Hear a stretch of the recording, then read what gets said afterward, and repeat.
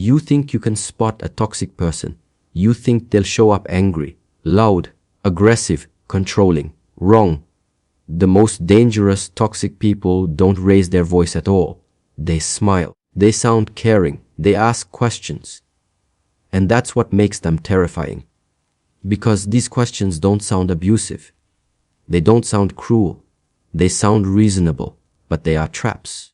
If you don't know what to listen for, you'll fall right into them. You'll feel confused. You'll feel guilty. You'll start questioning yourself. And slowly, without realizing it, you'll begin believing that you are the problem. You're not. They are. Today, I'm going to break down the 5 questions toxic people always ask, why they're dangerous, and exactly what to say back. Once you hear these, you won't unhear them, and you'll never be fooled the same way again. Question I win. Why are you so sensitive? Picture this. Someone makes a joke about you, about your body, your work, something you care about. It hurts. So you speak up. You say calmly, hey, that hurt my feelings. And instead of apologizing, they look at you and ask, why are you so sensitive? Stop right there. Notice what just happened. You said they hurt you. But now suddenly, you are the problem.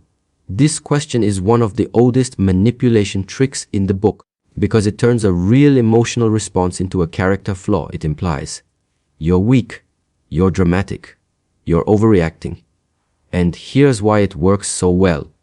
Your brain immediately turns inward. You start asking yourself, am I too sensitive? Do I overact? Should I just toughen up? And just like that, you stop thinking about what they did wrong. That's exactly what they want. Toxic people know most people don't want to be seen as weak or dramatic. So they weaponize that fear. They push your buttons. They say something hurtful. And when you react like a normal human being, they act shocked like you're the unstable one. Let me be very clear. Having feelings does not make you sensitive. Being hurt by hurtful behavior is normal. Healthy people listen when you say something hurt. They apologize. They adjust. Toxic people don't. They blame you for reacting. So what do you say? You say this calmly without apology. I'm not too sensitive. You were being rude. That's it. No explaining. No defending. No shrinking. If they care, they'll reflect. If they argue, you just learned something important. Question I tuve. Can't you take a joke?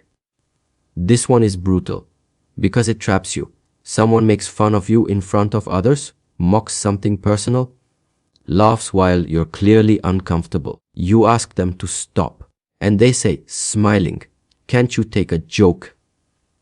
Now you feel stuck. If you say no, you look boring, serious, no fun. If you say yes, they keep doing it. Here's the truth nobody tells you. A joke is only a joke if everyone is laughing. If you're not laughing, it's not humor. It's cruelty wearing a costume. This question is dangerous because it shifts blame. They said something hurtful, but now the focus is on you. You're the one who can't take a joke. You're the one ruining the mood. See the flip. They get to hurt you and act innocent. This is how toxic people get away with being cruel for years. They hide behind humor. Let me say this clearly.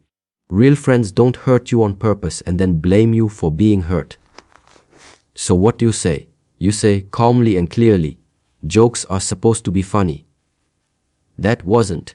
Then you stop talking. You don't argue about comedy. You don't explain your pain. You name the reality. If they respect you, they'll stop. If they mock you more, you've just seen who they really are.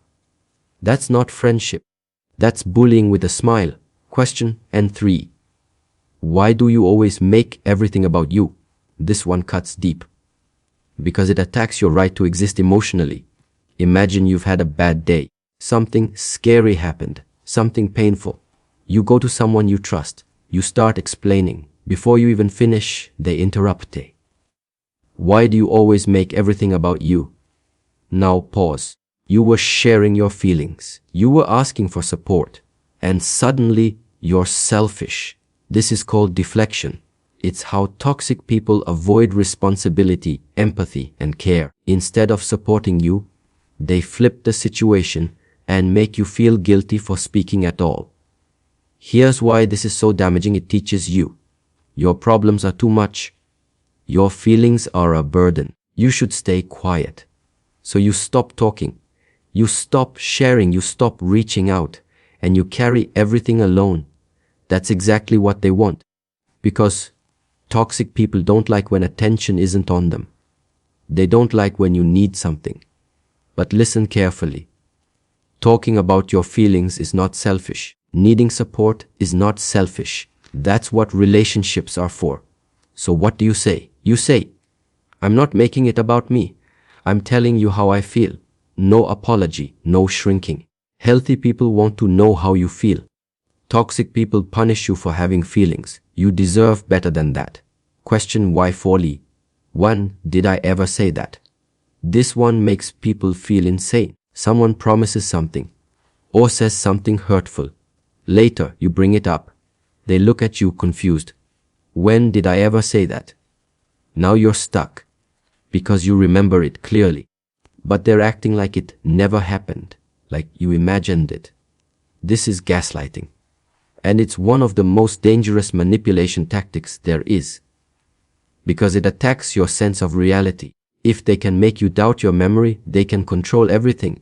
You start thinking, maybe I misunderstood. Maybe I remembered wrong. Maybe I'm not reliable. That's the goal. Because once you don't trust yourself, you'll trust them instead. Let me explain why this is so serious. Your memory is how you understand your life. When someone messes with that, they're not just lying, they're destabilizing you. So what do? You trust yourself and you say firmly, you did say that. I remember it clearly. No debate, no proof, no emotional explosion, just reality. Healthy people might forget that happens. But they say, I don't remember, but maybe I did. They don't attack you. Toxic people do. If someone keeps denying things you know happened, write things down. Protect yourself. Your reality is real. Now we come to the last question. This one hurts the most. Not because it's loud, not because it's aggressive, but because it sounds like love. Question 555. After everything I've done for you, imagine this.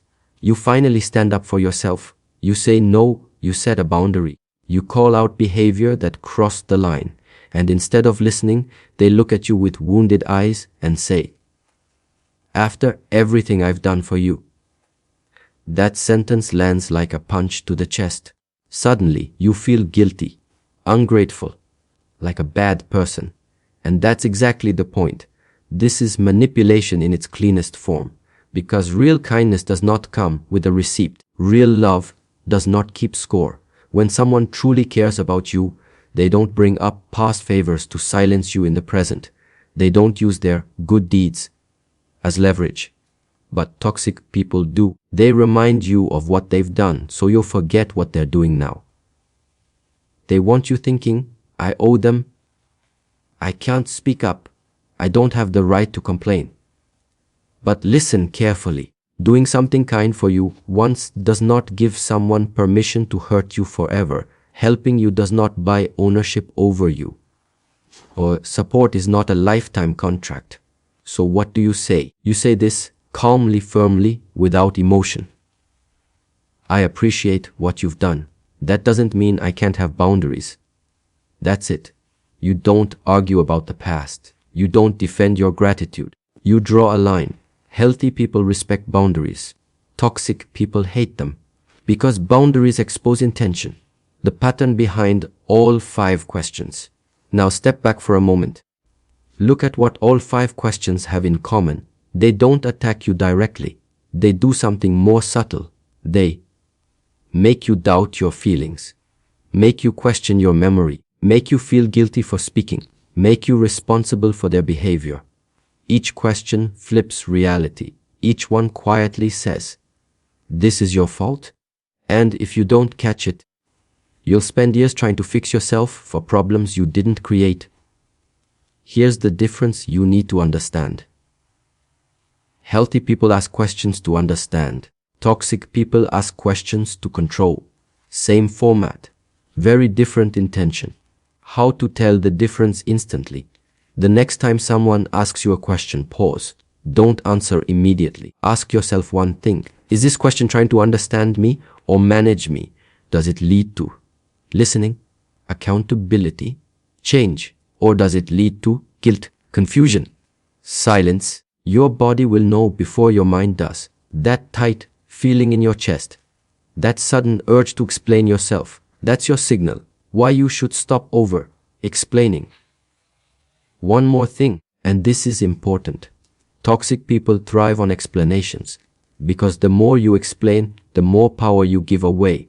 You don't need to convince someone that you were hurt. You remember correctly. You deserve respect. Those things are not debates. The moment you start defending your reality, you step into their game, and their game is rigged. Instead, keep your responses short, calm, grounded. Clarity beats cleverness every time. The truth about being nice. Many people fall into toxic dynamics because they are kind. They don't want conflict. They don't want to hurt anyone. They want harmony. Toxic people exploit this. They rely on your empathy to override your boundaries. But kindness without self-respect turns into self-abandonment. And that's not love. That's survival. You can be kind and firm, understanding and grounded, compassionate and protected. Those are not opposites. They're balance. What to remember going forward. Let me leave you with this. Toxic people don't always look toxic. They don't always shout. They don't always insult. Sometimes they just ask questions. Questions that shrink you, silence you, make you doubt yourself. Now you know the 5 most common ones. You know why they're dangerous.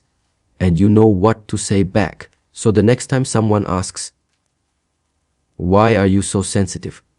Can't you take a joke? Why do you always make it about you? When did I ever say that? After everything I've done for you?" Pause. Breathe. And remember, you are not the problem. Your feelings are valid. Your memory is real. Your boundaries matter. You deserve relationships where questions bring clarity, not control. Where communication brings safety, not confusion. Real love does not play mind games. It listens. It respects. It adjusts. Anything else is not love. Protect yourself. Trust your instincts. And never forget, you don't need to prove your reality to